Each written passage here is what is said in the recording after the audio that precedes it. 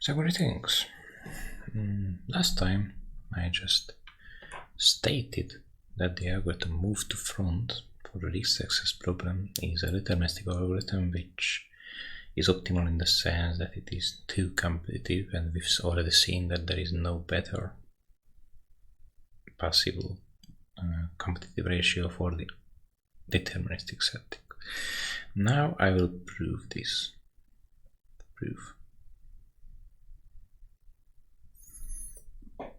Okay, so let's consider an arbitrary m, some m, which is of course the length of the list. It's not sensible to choose m equals 1 because then there is no options and everything equals 1. So it's so the size of the list is at least 2, of course, and some input and an input sequence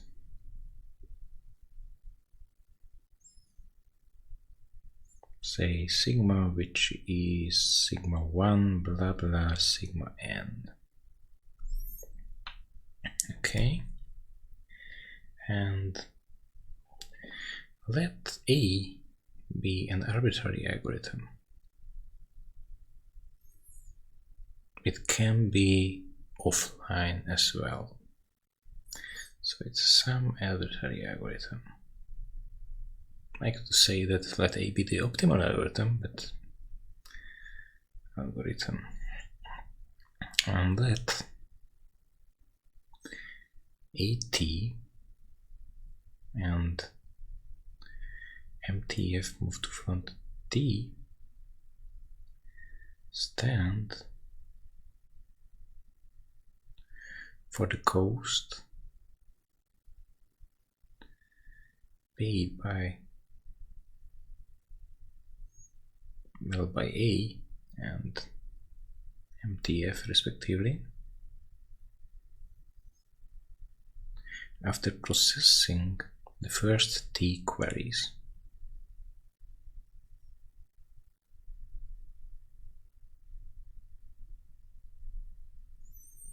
First T queries or requests.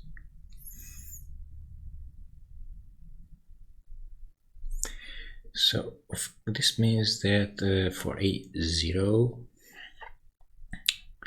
that's the cost paid by the algorithm before processing any of the requests. So then A0 is just the same as MTF0.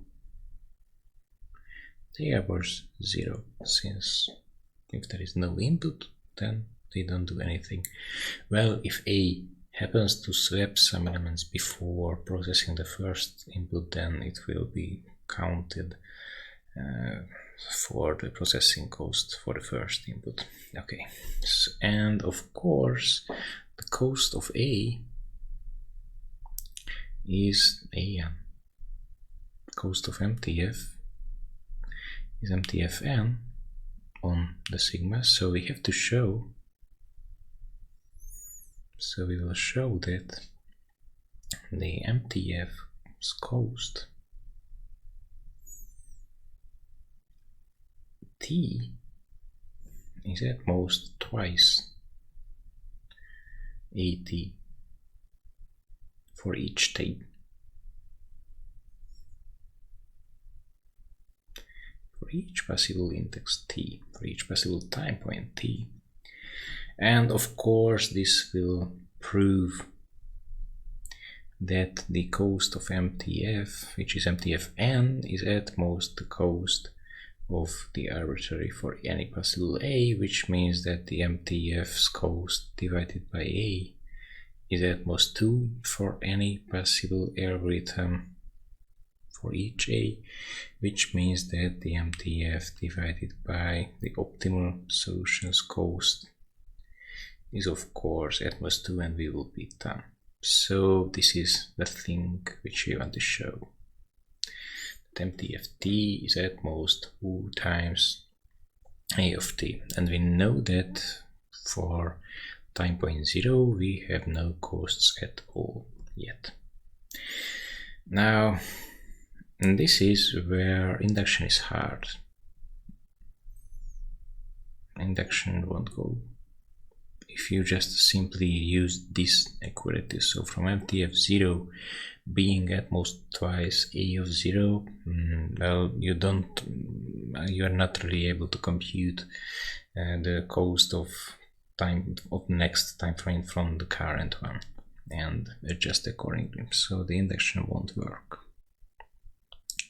like this. But this is the time when we use a so-called potential function. Potential is just something which stores some energy difference between two sides of an inequality when a mathematician uses such functions to prove. So to prove this,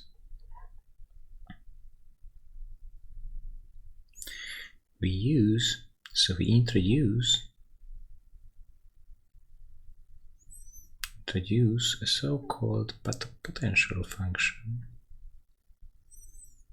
Potential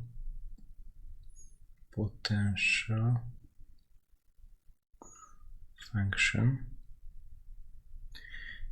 You can think about potential functions like things storing some sort of energy differences. So it's just phi t satisfying that it's non-negative.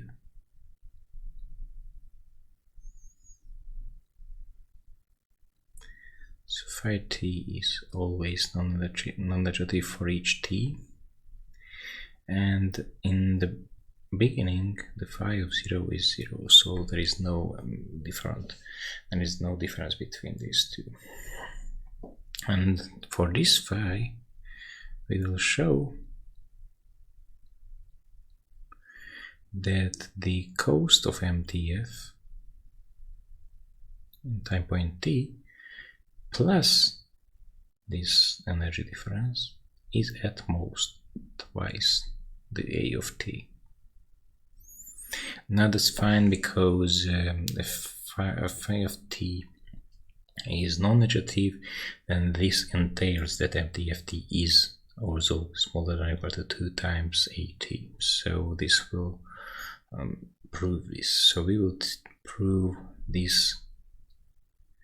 I would say this is a stronger inequality, and this time the potential function will be just the number of inversions between the two lists. Now what does it mean if you don't know about inversions? So let phi t be the number of pairs ij. Sorry for that. So the number of pairs ij, say I being smaller than j, and of course between 1 and m, which are in different order.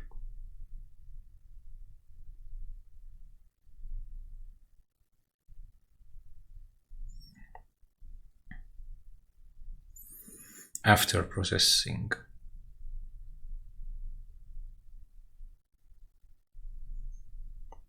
the TIFF input in the two lists. Now one of the lists, so the two lists are, one is managed by the MTF and the second is managed by A in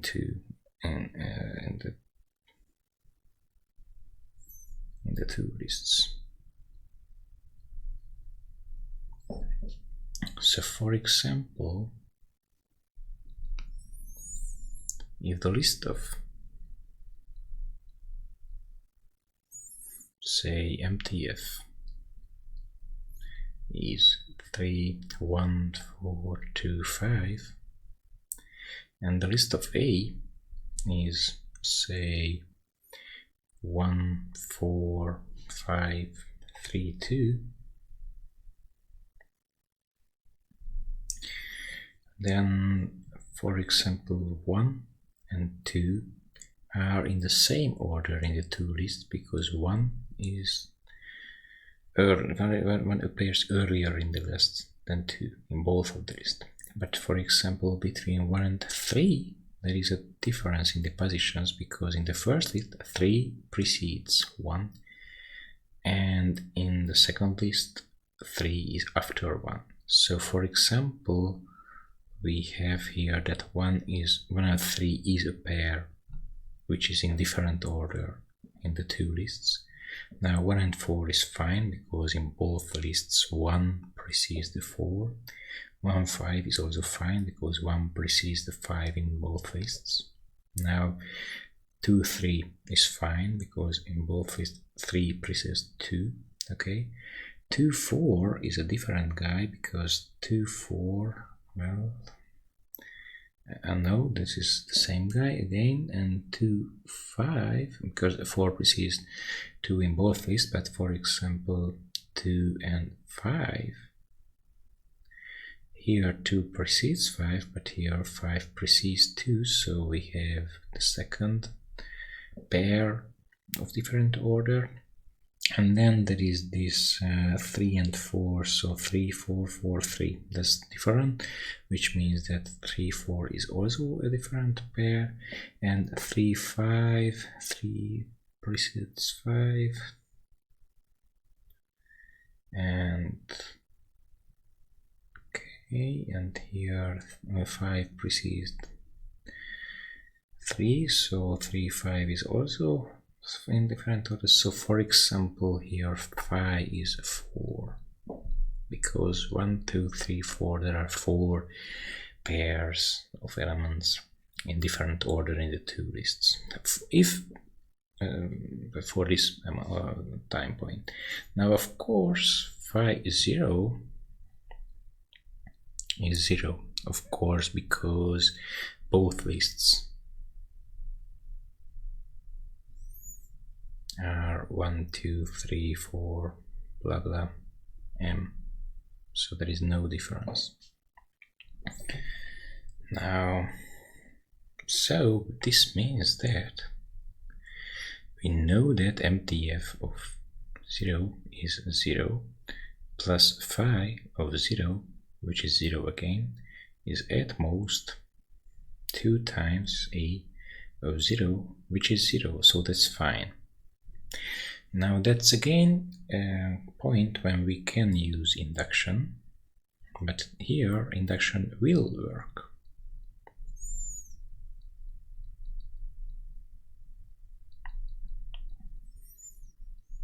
Because of the presence of this energy function.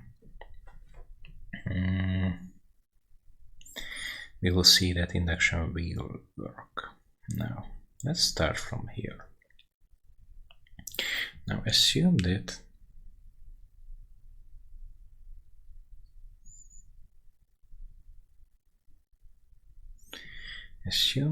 this inequality holds for time point t, so MTF for t plus phi of t is at most 2 times a of t, and prove it for t plus 1.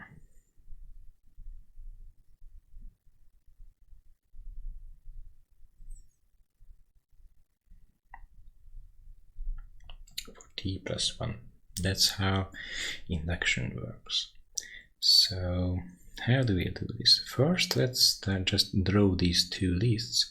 So and then let sigma t plus 1 be x, just for being able to write this shorter. So the MTF's list is just a list, okay, and we have x appearing on some position in the list managed by the MTF. And then we have the A algorithm. X can be earlier or later in the list, no matter. I will just draw this I'll need a longer line than this, because I will make some marks So the list of MTF is this guy here, say the list of A is this guy there. Okay, so X is at some position in the list of MTF and X is at some position in the list of A.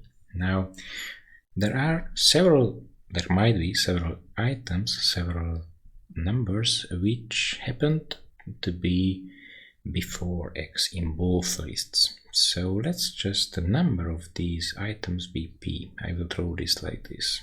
So P is the number of items or number of items preceding X in both lists.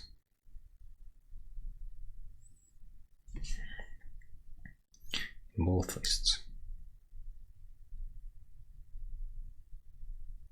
Okay. Now there might be elements which precede X but only in the list of MTF. Let the number of these guys be Q.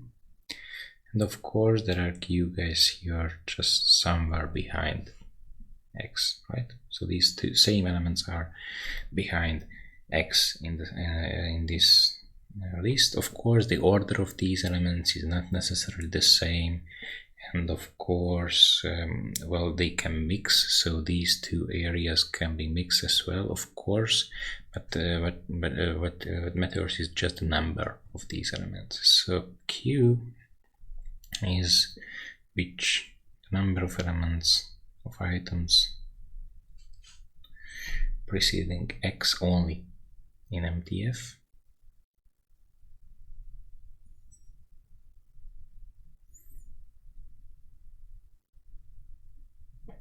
And of course, I can count the number of those guys which precede X only in A. In A only. Okay. Now, of course, this means that the position of X in the current list is P plus Q plus 1. So P plus Q plus 1 according to MTF and P plus R plus 1 according to A. So this means that it means that the cost of MTF of T plus 1 is exactly MTF T plus P plus Q plus 1. Because that's the position of this element, P plus Q plus 1. And that's great. The cost of A,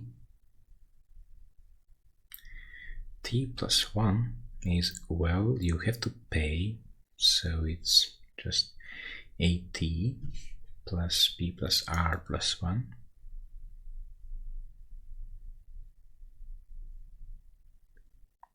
It's okay.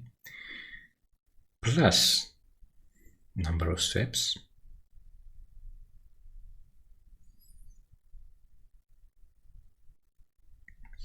performed by A, of course, because MTF won't perform any swaps.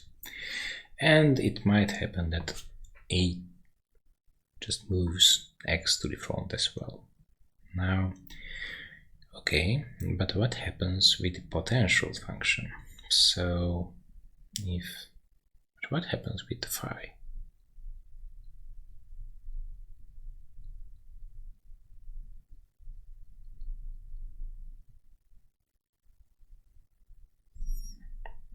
Now, what happens with phi? That's an important question, because that's why we introduced the function phi. So MTF will just move this X there. Now, of course, the order of the other elements won't change. So if here an element was just before another element in the list of MTF, then it's still in the same order if neither of them is X. And of course, this pair won't change. So now we are considering only the order induced by MTF. So the order of pairs which do not contain X won't change. So only pairs, one of whose member is x, change position.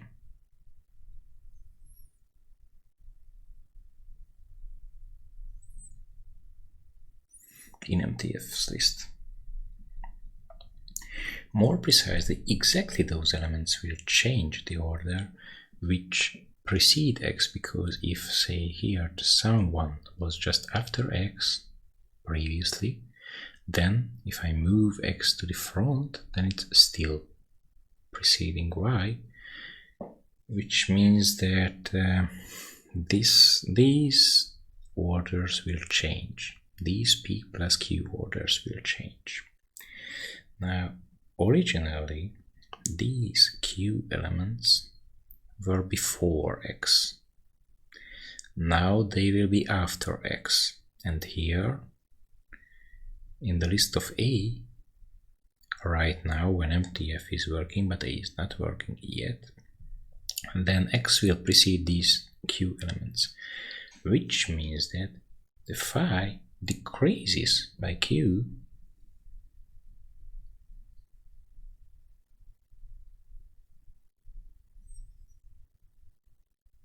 because these q elements were in different order in the two lists, and now they are in the same order. But then there are these p elements. These p elements, with respect to x, they were in the same ordering in the two lists, because here if I had an element, say p, this p would produce x, and this p would produce x in the another list as well. But now they are changed places, because in the list of MTF, x is preceding these elements, each of these elements, and increases by p.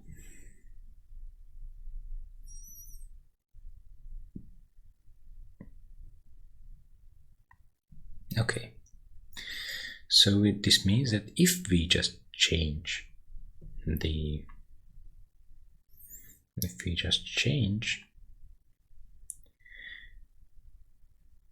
in MTF, and we will handle the changes introduced by E as well, then we will have that. So at this point,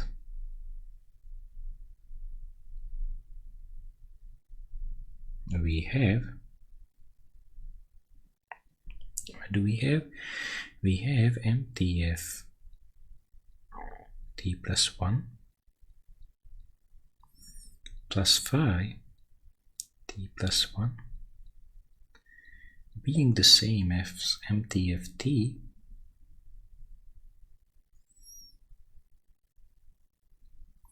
plus p plus q plus 1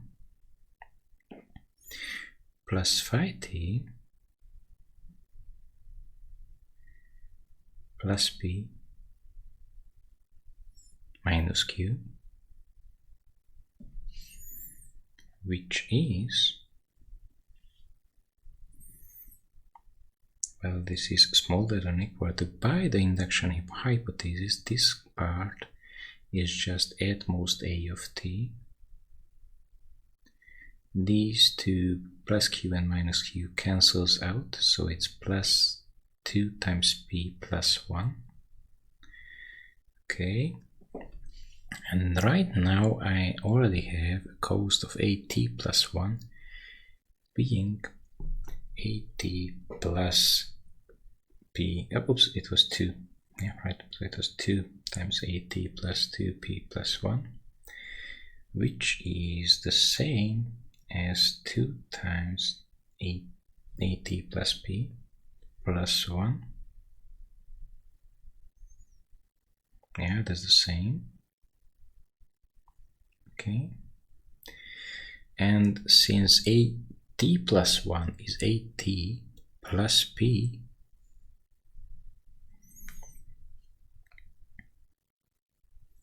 plus r, which is a number, which is a non-negative integer number, so it might be 0. Okay, plus 1, which makes it even more. This is actually strictly smaller than 2 times AT plus 1. Yeah, plus 1, whatever. So we have that at this point the MTF plus phi is again upper bounded by, and actually it became strictly smaller than twice the cost of the other algorithm, if it was also already upper bounded by twice the algorithm A. Now, what happens if A actually does something else?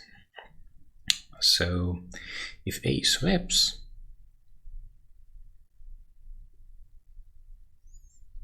then how the two sides change? So first, this A, the right-hand side,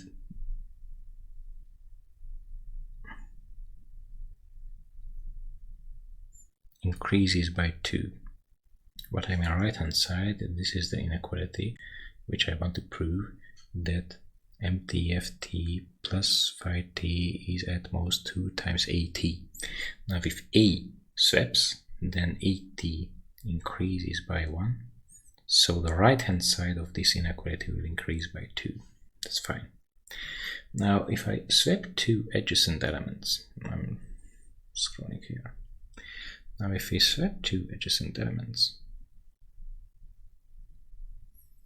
and now it's important that these two elements should be adjacent. So two adjacent elements. So for example, I have this PQ here.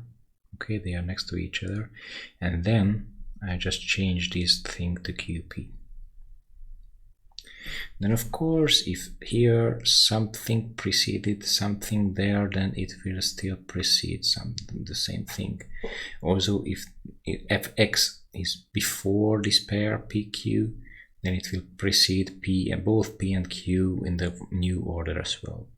So nothing changes, but only the order of P and Q, and nothing else. So if say P was before Y in the list originally, then it's still before Y. The only thing which changes is just this one position of one pair. So only one pair changes position.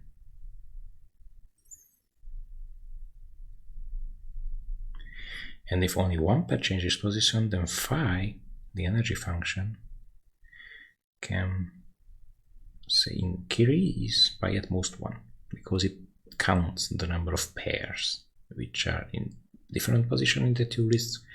And if I change only one pair's relative order, then the number of these pairs, different pairs, can be increased by at most 1. Can increase by at most 1.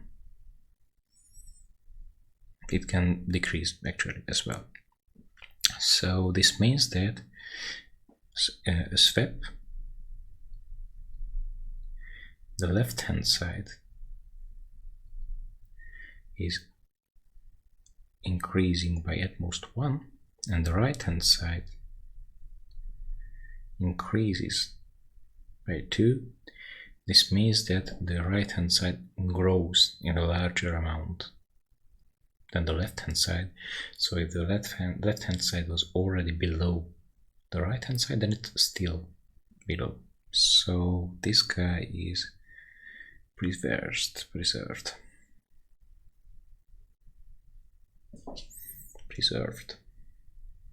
Okay. Now what happens if A also moves by an MTF move? I'm just scanning where do I have some place. Here I have some place. Okay, so I will continue it there. So, and what happens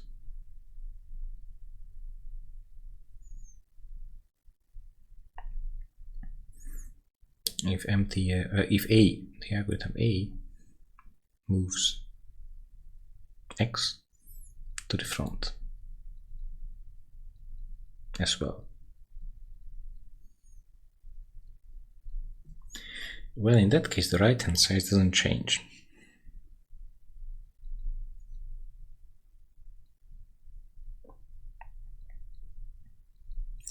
And at this point, the list of MTF is already in the form that x is in the beginning, because MTF always moves the last recently accessed element to the front of the list, and we already took this into account. And A was having number of P elements and number of R elements before x, okay? And then now x is moved in this list to here as well. Now again, the other elements won't swap positions, so the relative order of the other elements is not changing.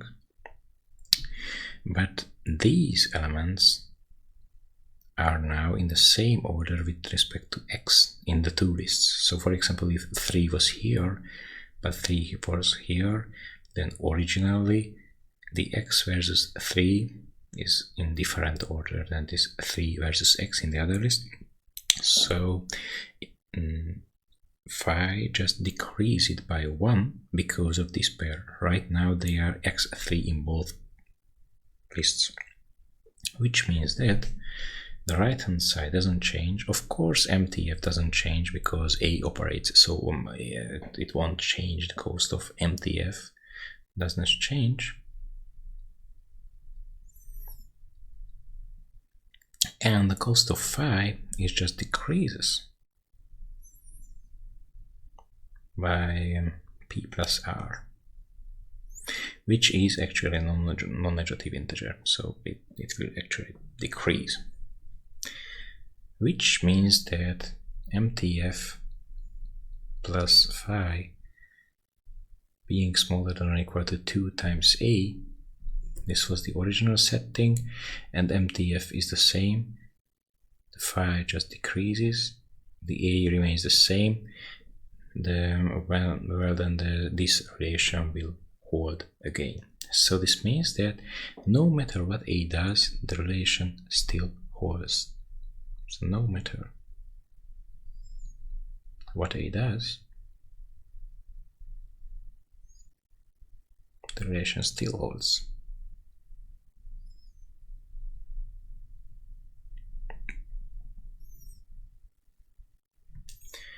Which means that MTF t plus 1 plus phi t plus 1 is at mode 2 times a t plus 1 for each t, which means that MTF is indeed 2 competitive.